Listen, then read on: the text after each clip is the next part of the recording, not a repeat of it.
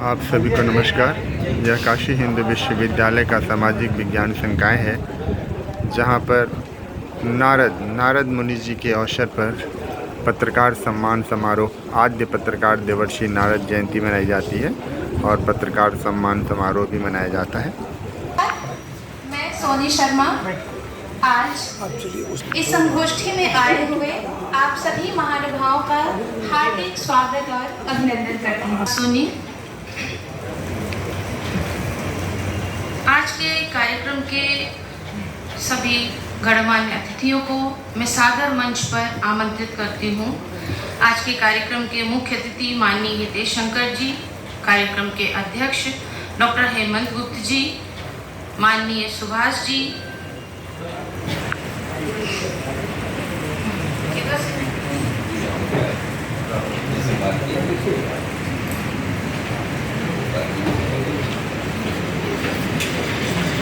शांति प्रदाता हो जाती है। इसी प्रकार के ब्रह्म संसिद्ध वाणी की विशेषता से विभूषित थे देवर्षि नारद। देवर्षि नारद संचार की अपूर्व क्षमता, दक्षता व योग्यता से युक्त थे। नारद द्वारा संप्रेषित प्रत्येक घटना का परिणाम लोकहित से ही निकला है। इसीलिए वर्तमान संदर्भ में यदि नारद जी को आज तक के विश्व का सर्वश्रेष्ठ लोक संचारक कहा जाए तो अतिशयोक्ति नहीं होगी। नारद जी के हर वाक्य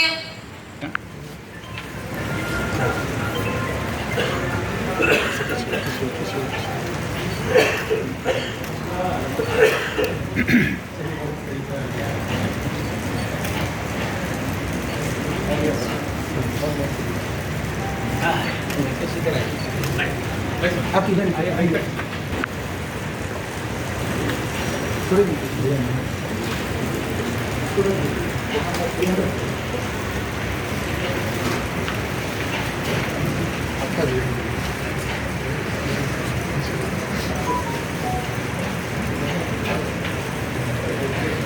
ज्वलन्ते त्वा साधयामि मल्मला भवन्ते त्वा साधयामि दीप्यमाना त्वा साधयामि शुभं करोति कल्याणं हवामहे प्रियाणां त्वाप्यभद्रं हवामहे वसो मम आहम जामि गर्भधमा त्वम जासि गर्भधम्।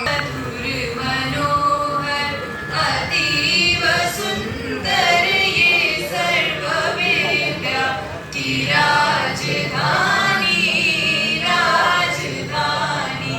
मधुर मनोहर अतीव सुंदर ये सर्ववेद्या की राजधानी।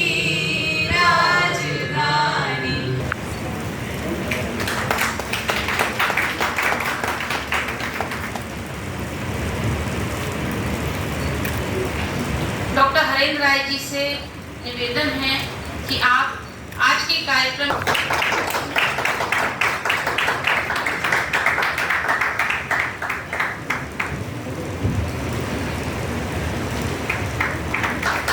कृपया कर्तव्य ध्वनि से सम्मान करें।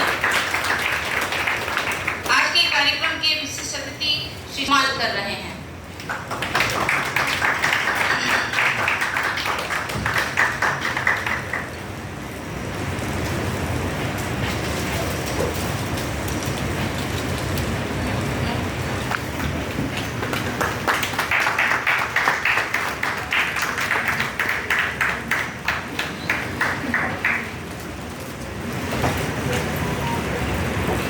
आदेश था कि मैं कार्यक्रम की संयोजिका हूं, तो इसलिए मेरा स्वागत होना परंपरा है। स्वागत के क्रम को आगे बढ़ाते हुए पत्रकार दिवस, नारद जयंती एवं पत्रकार सम्मान समारोह, इस शुभ अवसर पर मंच पर उपस्थित आज के कार्यक्रम के मुख्य अतिथि परम विद्वान और संपादक पांचजन्य नई दिल्ली श्रीमान श्री हितेश शंकर जी, कार्यक्रम की अध्यक्षता कर रहे कार्यवाहक अध्यक्ष विश्व संवाद केंद्र काशी न्यास काशी प्राण डॉक्टर हेमंत गुप्त जी, विशिष्ट अतिथि के रूप में मंच पर उपस्थित आदरणीय श्री सुभाष जी, क्षेत्र प्रचार प्रमुख, राष्ट्रीय स्वयंसेवक संघ, विशिष्ट एवं कार्यक्रम का बहुत ही सुंदर तरीके से कुशल संचालन कर रही बहन डॉक्टर कुमकुम पाठक जी, जो कार्यक्रम की संयोजक भी है। हमारे सम्मुख इस कार्यक्रम की शोभा बढ़ा रहे हैं आदरणीय वीरेंद्र जायसवाल जी भाई साहब, जो हमारे क्षेत्र का अरवा है राष्ट्रीय स्वयंसेवक संघ। आदरणीय प्रांत प्रचारक श्रीमान रमेश जी, आदरणीय रामाशीष जी भाई साहब, आदरणीय हर्ष जी, और हम लोगों के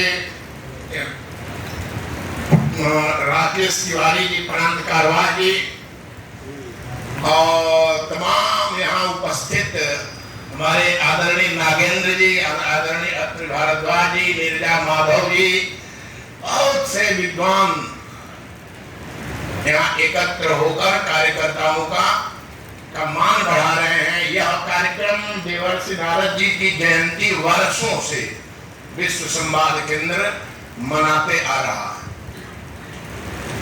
इसका मूल उद्देश्य है पत्रकारिता के क्षेत्र में जिन्होंने बहुत अच्छे तरीके से सूक्ष्म दृष्टि से समाज में अन्वेषण किया है, क्या जाना चाहिए समाज को, किस तरीके से जाना चाहिए, उसका क्या सकारात्मक प्रभाव पड़ेगा, इन सारे बिंदुओं को लेकर जो पत्रकारिता करते हैं, उन बंधुओं का प्रतिवर्ष सम्मान किया जाता है। और उसी सम्मान के माध्यम से कोई न कोई एक विषय पर विद्वानों द्वारा चर्चा करने का प्रयास किया जाता है। जैसे इस वर्ष का विषय आप देख रहे हैं, राष्ट्रीय सुरक्षा में मीडिया की भूमिका। यह इतना महत्वपूर्ण मीडिया की भूमिका होती है कि एक क्षण में नकारात्मकता फैला देना और अपने विचार से समाज में सकारात्मक भाव पैदा करना, ये बहुत बड़ा काम होता है। हम लोगों ने वर्षों से हितेश शंकर जी को आप भी सुनना चाहते होंगे। पांचजन्य बहुत से लोग यहाँ बैठे हैं, अधिकांश लोग पढ़ने वाले हैं, जिसकी मीडिया के क्षेत्र में बहुत बड़ी चर्चा। और हितेश शंकर जी को सब लोग पढ़ते सुनते आ रहे हैं। यह संयोग अच्छा है कि आज हम लोग सीधे मुखातिब हैं। सामाजिक विज्ञान संकाय के इस बोधि सभागार में आयोजित आदि पत्रकार नारद जयंती एवं पत्रकार सम्मान समारोह के मुख्य अतिथि भाई हितेश शंकर जी, अध्यक्ष हेमंत गुप्ता जी, विशिष्ट माननीय सुभाष जी, संचालिका कुमकुम पाठक जी, उपस्थित विशिष्टजन। आज यह विशिष्ट अवसर इसलिए है कि 200 वर्ष पूर्व इस परंपरा की शुरुआत युगल किशोर शुक्ल जी ने 1826 में ज्येष्ठ कृष्ण द्वितीया के दिन किया था। समय का अंतराल कितना बदलता है कि जिस दिन नारद जी के उपलक्ष्य में प्रथम हिंदी का समाचार पत्र उदंत मार्तंड निकला, उस दिन ज्येष्ठ कृष्ण द्वितीया थी और उन्होंने लिखा कि नारद जी का प्राकट्य दिवस है। लेकिन 200 वर्ष के बाद उस दिन 30 मई था, 30 मई की तिथि थी। आज हम 14 मई को ये मना रहे हैं। ये बहुत अवसर है, शुभ अवसर है। हिंदी पत्रकारिता का 200वां वर्ष शुरू हो रहा है। ऐसे अवसर पर हम देवर्षि नारद जी की जयंती मना रहे हैं। देवर्षि नारद जी को ऐसे ही हमने पत्रकार नहीं माना, समय कम है इसलिए केवल कहूँगा, कौटिल्य अर्थशास्त्र में एक नाम देवर्षि नारद जी का लिखा हुआ है, वह है आचार्य विष्णु। बहुत विचार विमर्श हुआ था जब इस पर मैंने पुस्तक लिखने के लिए मुझे कहा गया। खोजते खोजते वो कौटिल्य अर्थशास्त्र का संदर्भ मिला। आचार्य माने आचार्य और विष्णु माने सूचना देने वाला। नारद जी का एक नाम उपनाम है, कौटिल्य अर्थशास्त्र में है और संस्कृत के ग्रंथों में आचार्य विष्णु। इन्होंने आज विषय जो लिया गया है राष्ट्रीय सुरक्षा, में मीडिया की भूमिका। नारद जी ने राष्ट्रीय सुरक्षा की दृष्टि से बड़ा काम किया। पुराणों का संदर्भ लें तो जब समुद्र मंथन चला, विष निकला, पहली सूचना देवताओं को दिया, जिन्होंने लोगों ने ध्यान में नहीं लिया और विष फैला, तो पहली सूचना देकर के उन्होंने बचाने का काम किया। श्रीमद् भागवत और महाभारत में संदर्भ आया है कि जब अर्जुन और अश्वत्थामा ने ब्रह्मास्त्र का प्रयोग किया, दुनिया संकट में थी, तो देवर्षि नारद ने बीच में आकर के और दोनों लोगों से कहा कि आप राष्ट्रहित में इसे वापस लें। आज देखें कि मीडिया की भूमिका जब से पत्रकारिता की शुरुआत हुई, विशेषकर हिंदी पत्रकारिता ने ब्रिटिश जमाने में भी राष्ट्रीय सुरक्षा में अपनी भूमिका निभाई। केवल सीमा की सुरक्षा ही सुरक्षा नहीं है, पूरे राष्ट्र में आंतरिक और बाह्य दोनों दृष्टियों से सुरक्षा की ओर ध्यान खींचने का काम मीडिया करती है। आप देखेंगे कि कोरोना काल में मीडिया की क्या भूमिका रही। अभी ऑपरेशन सिंदूर हुआ है, उस ऑपरेशन सिंदूर में जनमत निर्माण, जनता का सबसे ज्यादा कि मीडिया पब्लिक ओपिनियन का निर्माण करती है, और जनमत के बिना कोई भी शासक कितना भी तानाशाह हो, वह अपने जनमत की उपेक्षा नहीं कर सकता। सूत्र नामक उन्होंने अपने ग्रंथ में 85 सूत्रों के माध्यम से भक्ति की व्याख्या तो की ही है। 16 से लेकर 19 तक के सूत्र में उन्होंने पत्रकारिता के लक्षणों की भी व्याख्या की है। वो कहते हैं कि प्रत्येक मनुष्य की वाणी व मतों में विभिन्नता व अनेकता होती है, और यही पत्रकारिता का मूल सिद्धांत है। इसी सूत्र की व्याख्या देवर्षि नारद ने अपने भक्ति सूत्र नामक ग्रंथ में की। जैसा कि बताया, पत्रकारिता के मूल सिद्धांत की व्याख्या करते हुए उन्होंने कहा है, एक जगह पर वर्णित किया है कि महर्षि व्यास, गर्ग, शांडिल्य आदि ऋषि मुनियों ने जब भक्ति के विषय में विभिन्न मत प्रकट किए, चर्चा जहाँ हो रही थी, तो अंत में देवर्षि नारद ने अपना मत भी प्रकट किया। किंतु उसी के साथ उन्होंने यह भी कह दिया है कि किसी भी मत को मानने से पहले स्वयं उसकी अनुभूति कर लेना परम आवश्यक है। उसी के बाद विवेकानुसार किसी निष्कर्ष पर पहुंचा जाना चाहिए या पहुंचा जा सकता है। वर्तमान समय में भी एक ही विषय पर अनेक दृष्टियां होती हैं। वाराणसी प्रेस क्लब के आप 2 बार अध्यक्ष भी रहे हैं। संप्रति देश के सबसे पुराने श्रमजीवी पत्रकारों के संगठन काशी पत्रकार संघ के आप अध्यक्ष हैं। गांधी, जनवार्ता, पंजाब केसरी के संपादकीय विभाग में आपने विभिन्न दायित्वों पर काम किया है, और नारद जयंती के असली सूत्रधार आप हैं। पहले नारद जयंती के कार्यक्रम संयोजक भी आप हैं। मैं आपका विश्व संवाद केंद्र काशी प्रांत की ओर से हार्दिक स्वागत करती हूँ, अभिनंदन करती हूँ। गंगा का संगम प्रस्तुत किया है। शैक्षणिक पृष्ठभूमि के अनुसार आपने इलाहाबाद विश्वविद्यालय से मास्टर ऑफ साइंस और महात्मा गांधी काशी विद्यापीठ वाराणसी से मास्टर ऑफ जर्नलिज्म की उपाधियां प्राप्त की हैं। इसके पश्चात आप हिंदुस्तान, आज तक, जनसंदेश टाइम जैसे प्रतिष्ठित समाचार माध्यमों में 2 दशकों तक कार्य करते हुए अपने लेखन की अमिट छाप छोड़ते रहे। जैसे प्रबंध निदेशक एवं संपादक हैं अप्लाई PNS की।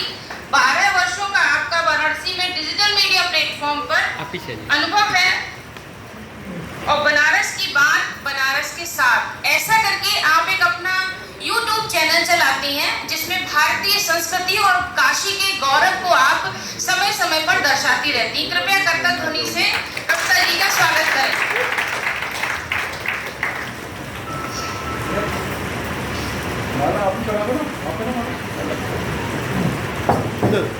सामने देखो, सामने इधर।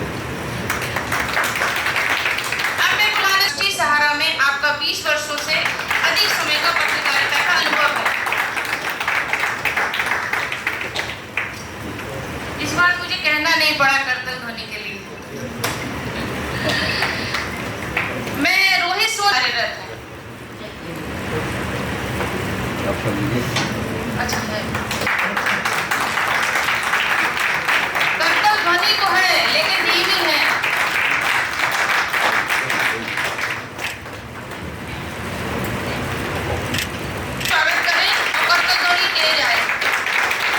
वाराणसी के अग्रसेन उसके बाद आपने लखनऊ से अपना ग्रेजुएशन किया है, पत्रकारिता में आपने पोस्ट ग्रेजुएशन भी किया है और 2007 से आप अमलेंद्र त्रिपाठी जी वरिष्ठ संवाददाता है दैनिक जागरण प्रयागराज। मूलतः उत्तर प्रदेश के प्रतापगढ़ के आप रहने वाले हैं और प्रयागराज से ही आपकी शिक्षा दीक्षा संपन्न हुई है। आपने पत्रकारिता एवं जनसंचार विषय में पीजी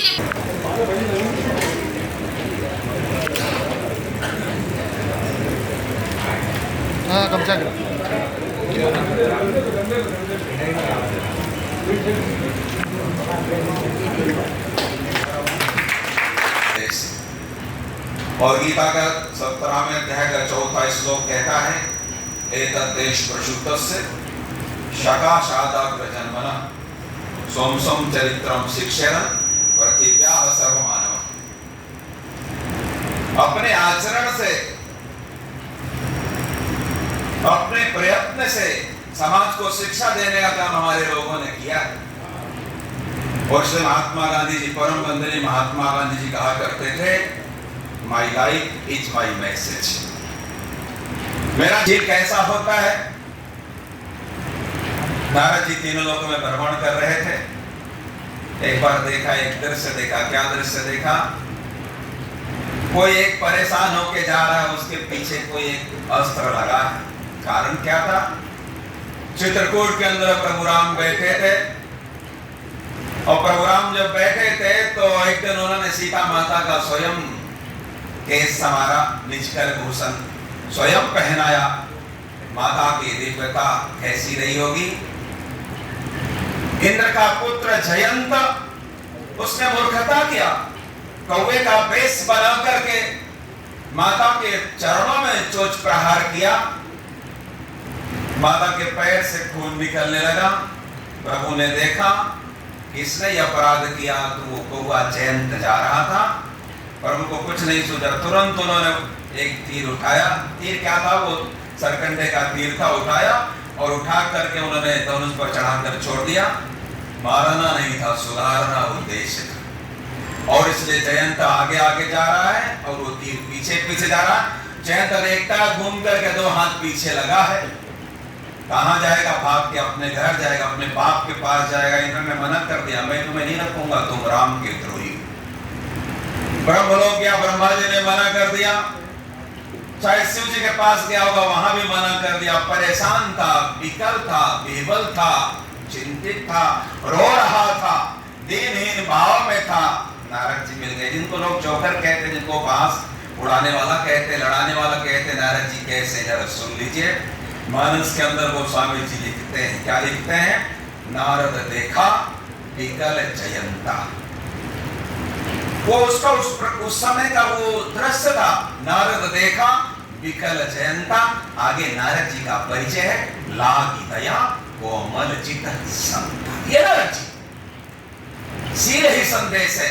मुझे लगता है जब नारद जी को याद करें तो फिल्मों ने क्या रचा वो नहीं, थोड़ा नारद जी के चरित्र को अगर हम समझेंगे तो आएगा नारद जी यानी ज्ञान। अगर संगीत की बात हो, शास्त्र की बात हो, नीति की बात हो, अध्यात्म की बात हो, तो नारद यानी ज्ञान, नारद यानी संवाद। आज बीट रिपोर्टर्स होते हैं जो एक जगह से कवर कर रहा है, वो दूसरी जगह बात नहीं करता। तो नारद जी के लिए ये नहीं है।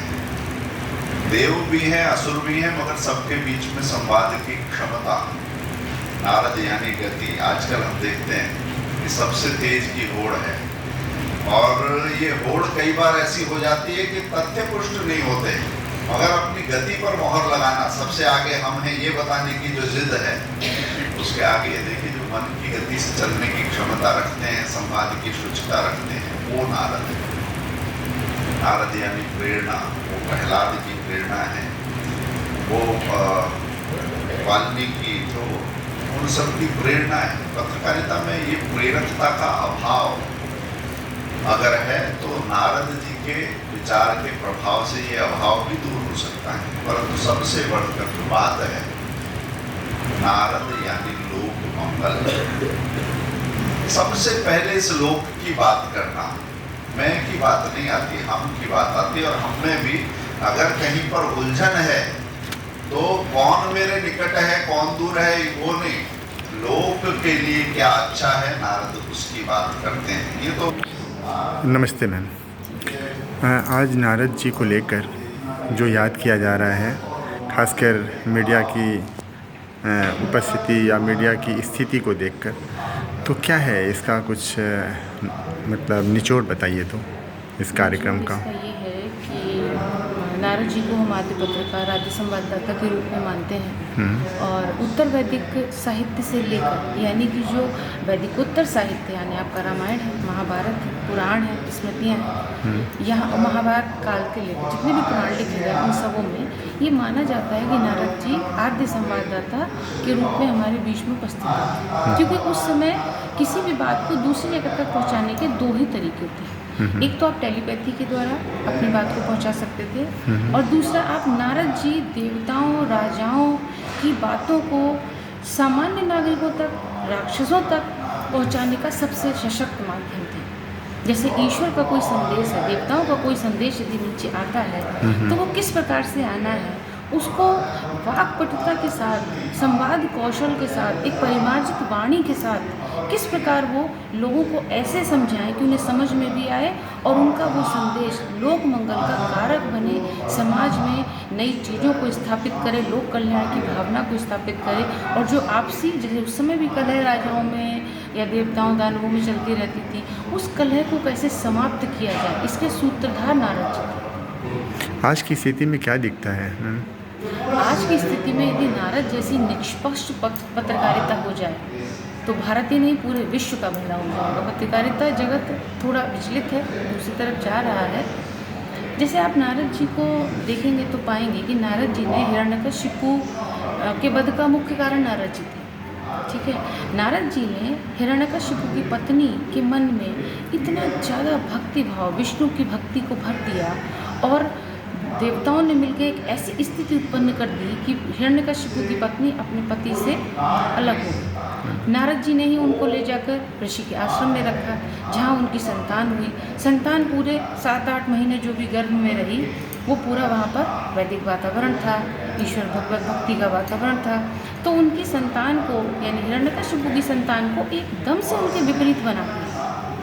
ये उनके हिस्से था। ये नारद जी की ही विशेषता थी कि उन्होंने उस संतान को भगवत भक्ति में लपेट कर, और जब वो 7-8 साल के बड़े हो गए तब इस तरह से संप्रेषण किया कि हिरण्यकशिपु को समझ में आया कि अरे मेरी जो संतान है वहाँ है, वो वहाँ से उसको बड़ा प्रसन्नतापूर्वक लेके आए। नारद जी ने भी उनके कान भरे कि आप जाइए अपनी संतान को लेके आइए, ऐसे ऐसे है, तो वो लेके आए। मैम अपना छोटा परिचय दीजिए। मैं डॉक्टर कुमकुम पाठक और विश्व संवाद केंद्र की ट्रस्टी हूँ और जॉइंट सेक्रेटरी भी हूँ और इस नारद जयंती कार्यक्रम 2025 की संयोजक। बहुत बहुत धन्यवाद मैम।